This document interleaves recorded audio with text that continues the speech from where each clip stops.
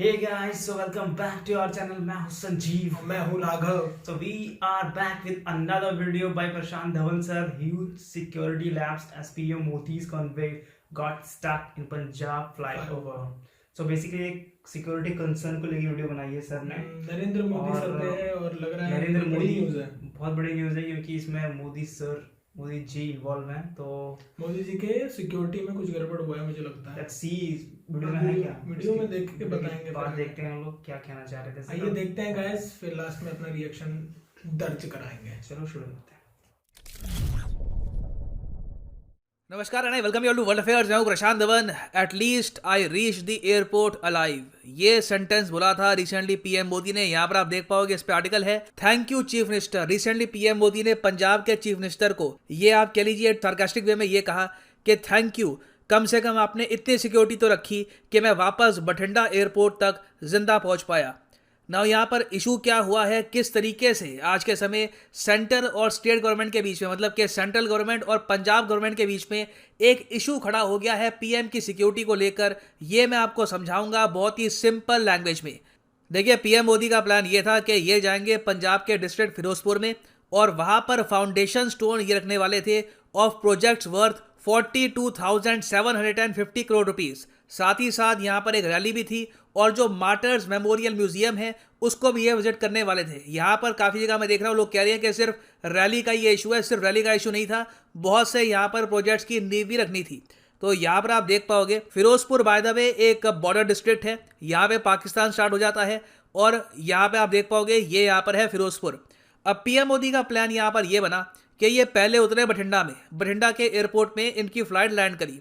उसके बाद प्लान ये था कि ये थ्रू हेलीकॉप्टर बठिंडा से जाएंगे फिरोजपुर में. मगर सिंस यहाँ पर वेदर ठीक था नहीं तो हेलीकॉप्टर का जो प्लान था यहाँ पर ये कैंसिल कर दिया गया. डिसाइड ये किया गया कि PM Modi through road Bathinda से ऑल द वे जाएंगे फिरोजपुर में. अब जो इनकी जर्नी थी थ्रू रोड, उसी दौरान सिक्योरिटी लैप्स यहाँ पर हो गया है और उसको लेकर पंजाब के जो करंट चीफ मिनिस्टर हैं ये कह रहे हैं कि हम रिग्रेट करते हैं कि पीएम मोदी की जर्नी पूरी हो नहीं पाई, ये फिरोजपुर पहुंच नहीं पाए. मगर ये कह रहे हैं कि इनके हिसाब से पीएम मोदी की सिक्योरिटी में कोई भी कमी नहीं आई. There was no lapse. Whereas जो होम मिनिस्ट्री है, अमित शाह जी यहाँ पर ये कह रहे हैं कि the ministry of home affairs ने डिटेल रिपोर्ट मांगी है पंजाब सरकार से कि किस तरीके से एक जो पूरा प्रोसीजर होता है पीएम की सिक्योरिटी से रिलेटेड, इसमें लैप्सेस कैसे आ गए और एक बार को फ्लाईओवर पर पीएम मोदी का जो काफिला है ये 15 से 20 मिनट तक रुका क्यों रहा. ये बाय द वे काफी डेंजरस होता है. इस तरीके से रैंडमली पीएम मोदी का काफिला अगर रुक जाए तो पीएम मोदी पर अटैक भी हो सकता था. और इसलिए आपने देखा होगा कैप्टन अमरिंदर सिंह जो पंजाब के पूर्व चीफ मिनिस्टर रह चुके हैं,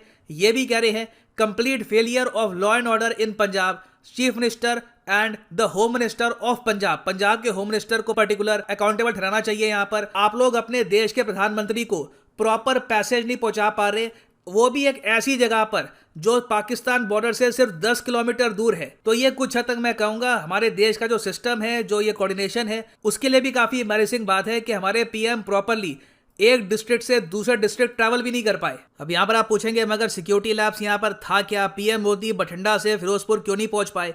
देखिए, रीजन इसका यह है कि कुछ लोग रास्ते में प्रोटेस्ट कर रहे थे. अब क्या है कि देखो, पीएम मोदी किसी भी स्टेट में जाते हैं ना, आपको पता होगा जो लॉ एंड ऑर्डर है वो होता है स्टेट सब्जेक्ट. वहां पे स्टेट देखती है लॉ एंड ऑर्डर को. पीएम मोदी की जो पर्सनल सिक्योरिटी है उसके लिए तो ऑफ कोर्स बहुत सारे एनर्जी कमांडोज और वेरियस सिक्योरिटी ऑफिसर्स आपको मिलेंगे.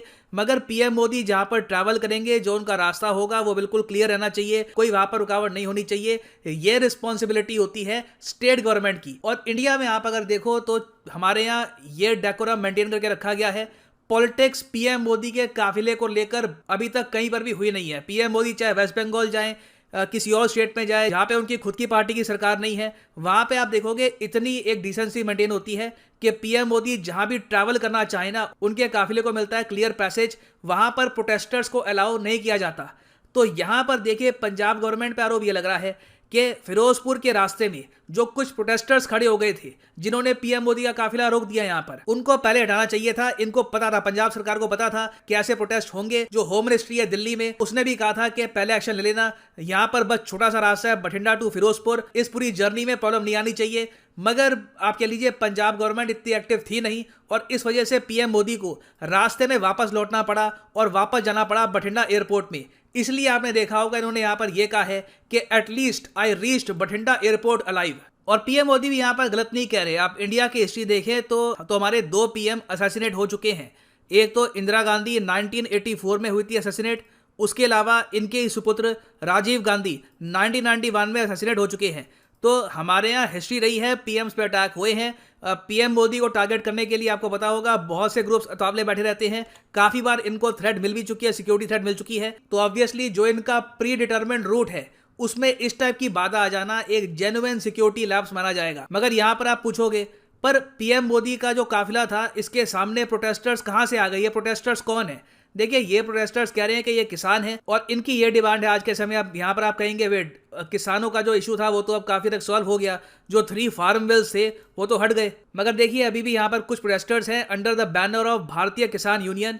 ये यहाँ पर कह रहे हैं कि जिन किसानों ने अपनी जान गंवा दी प्रोटेस्ट के टाइम में, जो 3 फार्म लॉज थे उनको रिपील करवाने का जो पूरा प्रोसेस था, उन प्रोटेस्ट में जिन किसानों ने अपनी जान गंवा दी उनके लिए कंपनसेशन दे सरकार और उनके घर के एटलीस्ट एक मेंबर को नौकरी भी यहाँ पर मिलनी चाहिए। उसके अलावा रिसेंटली हेल स्टॉर्म आया था पंजाब में, उसके लिए रिलीफ चाहिए किसानों को 17,000 पर एकड़। फिर कई फार्मर्स और लेबरर्स जिन्होंने सुसाइड कर ली थी उनके लिए भी ये कंपनसेशन मांग रहे हैं। फिर इनकी फाइनल डिमांड है ₹2 lakh to small and marginal farmers owing up to 5 acres for repaying debt. के कई किसान हैं उन पे काफी कर्ज हो गया है तो उनको भी सरकार 2 लाख रुपए प्रोवाइड करे, और इसलिए इन्होंने यहाँ पर पीएम मोदी का जो काफिला है इसके सामने प्रोटेस्ट किया। तो फाइनली मैं यहाँ पे आपसे पूछना चाहूंगा कि क्या आप मानते हैं कि इस पूरे इशू में स्टेट गवर्नमेंट की रिस्पॉन्सिबिलिटी बनती है नहीं बनती? लिखिएगा इसके बारे में कॉमेंट सेक्शन में कि आप क्या मानते हैं कि रिस्पॉन्सिबिलिटी यहाँ पर किसकी है। शेयर करिएगा थॉट्स अपने कमेंट सेक्शन में। और हाँ, यहाँ पर मैं ये भी बोल दूं कि आज आखिरी दिन है अनअकैडमी की सेल का। कमेंट सेक्शन में ओके। तो ये मसला था पूरा सिक्योरिटी कंसर्न था बेसिकली। देश के प्राइम मिनिस्टर जब कहीं ट्रैवल करते हैं तो सबको इतना अटेंटिव रहना चाहिए कि हाँ भाई सिक्योरिटी प्रोवाइड कर सके हमको अच्छी सी, कोई दिक्कत नहीं है मतलब उनकी ट्रैवलिंग में। तो उसके ऊपर था ये वीडियो, और ये सही भी है कि यार हमारे देश जो है इतना मतलब महान है, और मोदी जी हैं जो मतलब समझ रहे हो आप, मतलब भाई रिस्क है क्योंकि वो बहुत ही अग्रेसिव एक तरीके से लीडर है भाई, एकदम बोल्ड डिसीजंस लेते हैं। तो उनके पीछे लोग भी बहुत धोखे पड़े होंगे, तो सिक्योरिटी तो उनकी बहुत टाइट होनी चाहिए। आप क्या कहेंगे? मैं कहता हूँ कि यार बहुत ही बड़ी चूक है एक्चुअली में, और मोदी जी हो या कोई भी पीएम होता है इस टाइम, तो ये चूक तो है ही। किसी भी प्राइम मिनिस्टर के काफिले को आपको 20 मिनट तक रोक के रखना किसी भी ऐसे अनजान एरिया में तो गलत है। भले ये काम होता है स्टेट गवर्नमेंट की, पुलिस का, कि वो रूट एकदम सैनिटाइज करें। हर जगह ये प्रोटोकॉल है इंडिया का। हमारे 2 पीएम असैसिनेट हो गए, क्या नाम है, इंदिरा गांधी जी और राजीव गांधी जी। उनको सुसाइड बॉम्बर ने अटैक किया था राजीव गांधी जी को, और उनको शूटिंग से डेथ हुई थी उनकी। तो मतलब ऐसे इंसिडेंट्स होने के बावजूद अगर ये हरकत है स्टेट गवर्नमेंट से हुआ है ये चूक, तो ये बहुत ही बड़ा फेलियर है। और अगर आप सिर्फ किसान आंदोलन के चक्कर में इतना बड़ा फेलियर आप सह रहे हैं तो आप माफ करना, आप गलत है। और ये एम्बैरेसिंग भी है क्योंकि अगर किसी देश का पीएम या प्रेसिडेंट ट्रेवल करता है और ऐसी घटनाएं हो जाती हैं तो ये एम्बैरेसिंग तो है ना। बाकी कंट्री क्या सोचेगी कि अपने पीएम को मतलब एक तरीके से नहीं, बिल्कुल। और क्या, आप एक बात बताइए कि प्राइम मिनिस्टर मोदी हैं, 135 करोड़ लोगों के प्राइम मिनिस्टर हैं, ठीक है, बात है। वो सिर्फ कुछ लोगों के नहीं है, पूरे सबके हैं। अब देश के तो सबके हैं, चाहे आप उनको पसंद करें या पसंद ना करें। प्राइम मिनिस्टर आपके भी हैं, हमारे भी हैं, और सबके रहेंगे वो। ऐसे ही हर पार्टी की विचारधारा अलग है, उनके समर्थन में बहुत सारे लोग होते हैं। कुछ लोग कांग्रेस को करते हैं, कुछ बीजेपी को करते हैं, कुछ और भी बहुत सारे दल हैं उनको करते हैं। लेकिन प्राइम मिनिस्टर जब कोई बनता है तो वो देश का प्राइम मिनिस्टर होता है। कितने लोग होंगे जो मनमोहन सिंह को नहीं पसंद करते हैं, राइट? कितने लोग हैं, इंदिरा गांधी को भी नहीं किया होगा कई लोगों ने। करो ना करो, लेकिन इलेक्ट होकर जब वो बने, बिल्कुल वही मेरा पॉइंट वही है कि अगर वो बन गया सबके पीएम, तो वो सबके पीएम है। और कम से कम आपको इतनी डिसेंसी बरतनी चाहिए कि ऐसा इंसिडेंस, पहले तो इसकी जांच होनी चाहिए और दोबारा ऐसा इंसिडेंस नहीं होना चाहिए, भारतीय इतिहास में नहीं होना चाहिए। गलत चीज है क्योंकि इंडिया इतना सेंसिटिव, और क्या बॉर्डर इलाका पाकिस्तान 10 किलोमीटर दूर बता रहे थे ना वो, फिरोजपुर, इतने बहुत ही गलत है यार। मतलब इतने खतरनाक जगह पे ऐसा करना सिक्योरिटी लेवल से बहुत ही बड़ा थ्रेट है आपका। आप बताइए कितने पीएम हम अपने गंवाए, और तब आप लोग मानेंगे कि ठीक है भाई सिक्योरिटी लैब से बहुत बड़ा है, इसमें कोई दो राय नहीं है कि है, बिल्कुल है। आपको इसको सीरियसली कंसर्न, पॉलिटिक्स से ऊपर हटके सोचेंगे तो आप समझेंगे मैं क्या कह रहा हूँ। पॉलिटिक्स नहीं है कि बीजेपी के हैं, बीजेपी के हों, कांग्रेस के हों, आम आदमी पार्टी के हों, फलाने के हों, ढिमकाने के हों, उससे मतलब नहीं है। वो भारत के पीएम थे, समझ रहे हैं आप? बहुत बहुत ही बड़ी चूक है यार ये। ऐसा कुछ होता है, कुछ भी मिस हैपनिंग होती है तो ये भारत की निंदा होगी एक तरीके से। निंदा, अरे मतलब हम लोग पूरी दुनिया को चैलेंज कर रहे हैं और हम अपने पीएम को सिक्योरिटी नहीं दे पा रहे। हमारा पीएम जो है 20 मिनट तक खड़ा है एक जाम में। आप सोच रहे हैं कितनी शर्म की बात है एक्चुअली में कि आपने अपने पीएम का ही काफिला रोक दिया।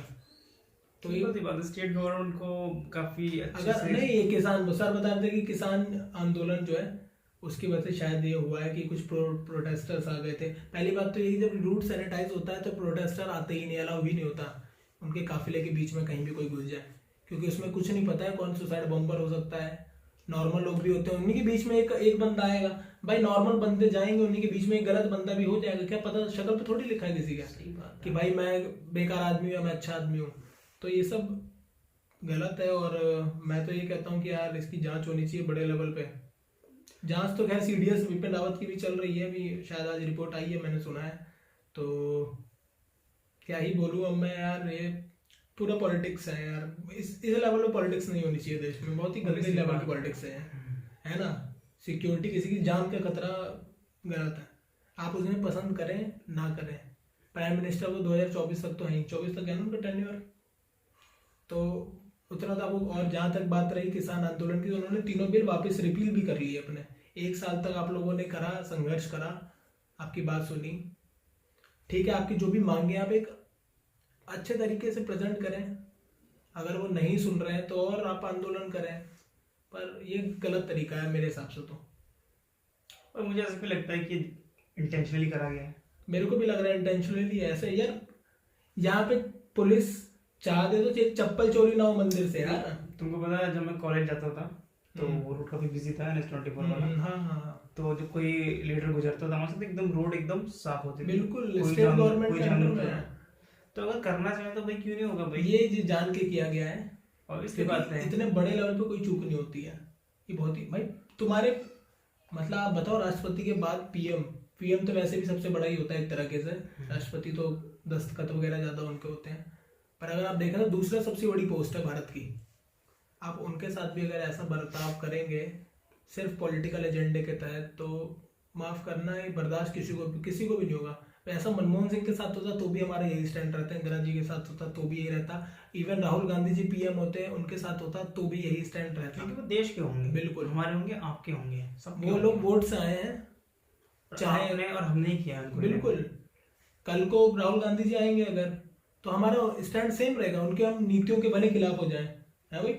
आप हर बंदे के भैया यहाँ पे घर नहीं संभलता एक आदमी से, एक है ना, 5 लोगों का 10 लोगों का घर नहीं संभलता एक आदमी से। वो देश संभाल रहे हैं तो बहुत सारे, जरूरी नहीं हर चीज एकदम परफेक्ट होगी किसी भी बंदे से। इतना हमें समझना चाहिए, हमें वर्ल्ड पॉलिटिक्स भी समझनी चाहिए, बहुत सारे सिनेरियोज होते हैं। और लीडर्स का ही काम नहीं होता, लोगों का भी काम होता है थोड़ा कि वो जिम्मेदार नागरिक बनने cooperate की, करें। बिल्कुल जिम्मेदारी सबको अपनी निभानी चाहिए। रिस्पॉन्सिबल सिटीजन बनना सबको चाहिए और देश की उन्नति में, प्रोग्रेस में कंट्रीब्यूट करना और फिर आप कहेंगे कि बीजेपी करती है इस पे पॉलिटिक्स, है ना।